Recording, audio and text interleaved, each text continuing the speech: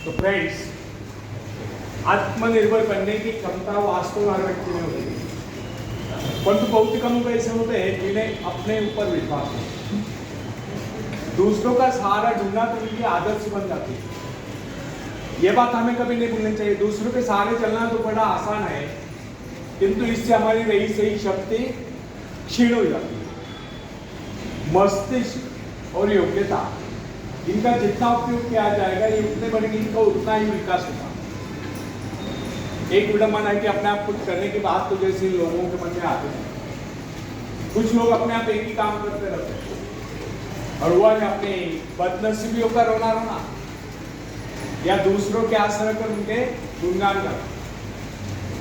ऐसे लोग जिन्हें सदा दूसरों के ही बल पर विश्वास होता है, वे केवल पिछलकों की संख्या पाकर निंदा के पात्र बने रहते हैं।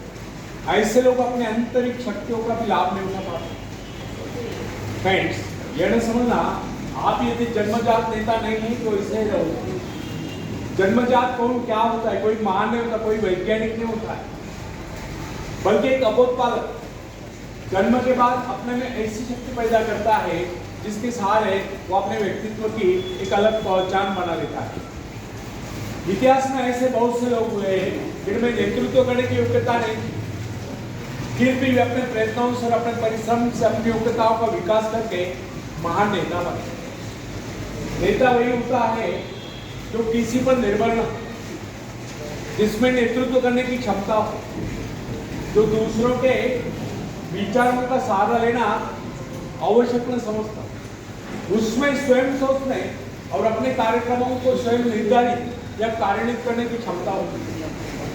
लोगों की संख्या बढ़ाकर भीड़ के बीच में चलना तो कोई बड़ी बात नहीं है। बड़ी बात तो यह है कि लोगों के दिलों में अपना स्थान बनाया जाए, चाहे लोगों की संख्या कितनी कम क्यों न हो।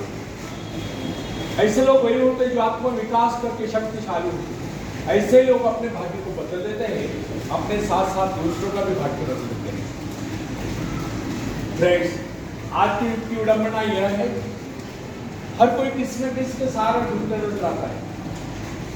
किसी को अपने धन का सहारा लेना पड़ता है, तो किसी को अपने मित्र का, कुछ तो अपने वंश पर ही खुले नहीं समझते। ऐसे तो बहुत ही कम लोग होते हैं जिन्हें अपने ऊपर पूरा विश्वास हो। दूसरों की शक्ति पर जीने वालों का एक मनोज्ञान यह भी होता है कि ऐसे लोग सदैव किसी न किसी को दोषी ठहराकर अपना पक्ष बचाने के अवसर ढूंढा करते हैं। वास्तविकता यह है, इस प्रकार की आदत कायर प्रकृति की परिचय है। आत्मनिर्भर बने या आत्मनिर्भर बनने की आदत डालिए।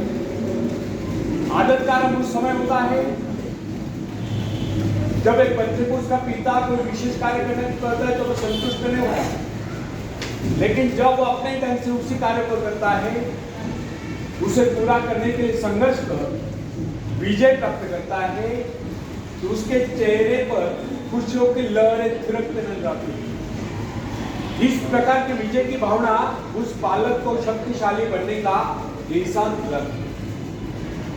फ्रेंड्स, स्कूल की शिक्षा या कॉलेज की शिक्षा केवल व्यक्ति के व्यवहार कुशलता और योग्यताओं की वृद्धि नहीं करती, ये तो व्यक्ति के हाथ में औजार थमा देती है। इस औजार का सही इस्तेमाल करना आदमी को स्वयं ही सीखना पड़ता है। सेलिवान टीचर अपने समय के एक महान विचार अपने बारे में कथा सुनाया करता हूं।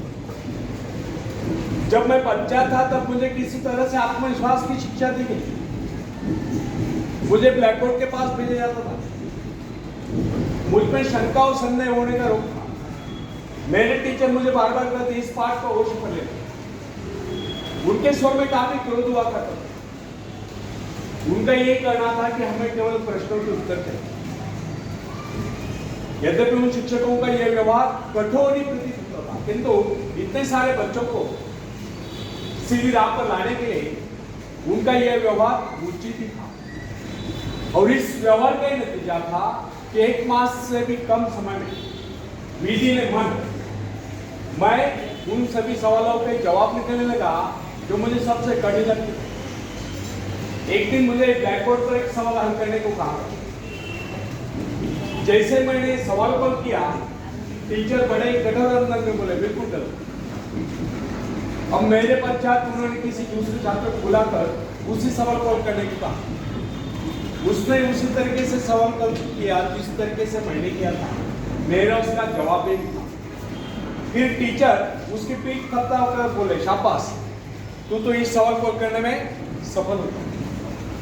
अब मुझसे रहा नहीं, मैंने तुरंत खड़े होकर पूछा, टीचर, यदि इसका मेरा जवाब है सुलझाने का तरीका है, फिर आपने मुझे डांट कर गलत क्यों कहा? तब टीचर बोले, ये बात तूने पहले क्यों नहीं कही जब मैंने तुझे गलत कहा? फ्रेंड्स, केवल पाठ को याद करने से कोई मतलब नहीं। हमारे भीतर ये विश्वास होना चाहिए कि जो कुछ हमने याद किया उसे कोई काट नहीं सकता। इसे ही आत्मविश्वास करते हैं। जिनमें ही आत्मविश्वास होता है वही तर्क दे सकता है, वही बहुत सारी की चर्चा कर सकता है। लेकिन जिसे स्वयं अपने ऊपर ही विश्वास न हो, वो क्या करता है?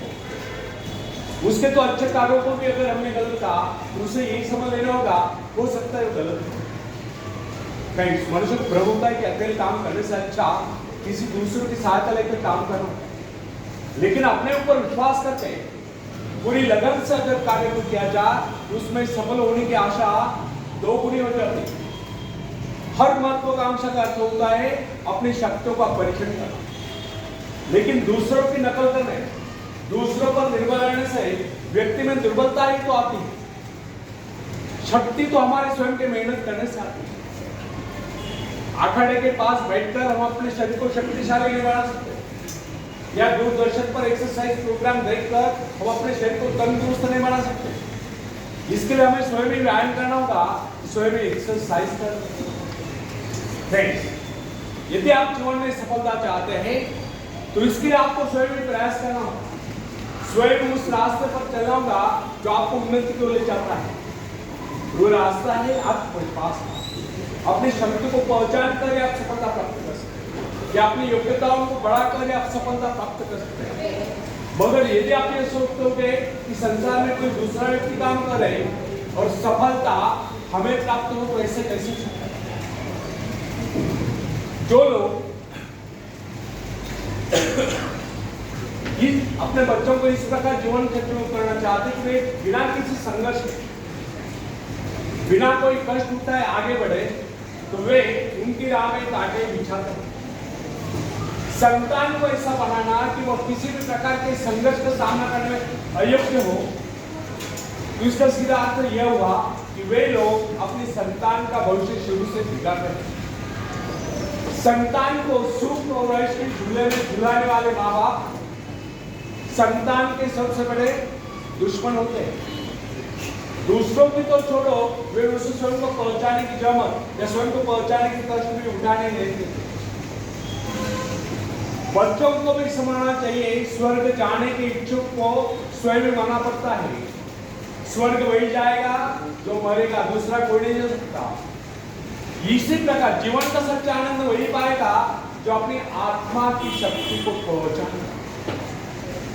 फ्रेंड्स, यदि आप किसी कार्य में कामयाबी चाहते हो, सफलता चाहते हो, उसके पीछे अपनी पूरी शक्ति लगा देंगे।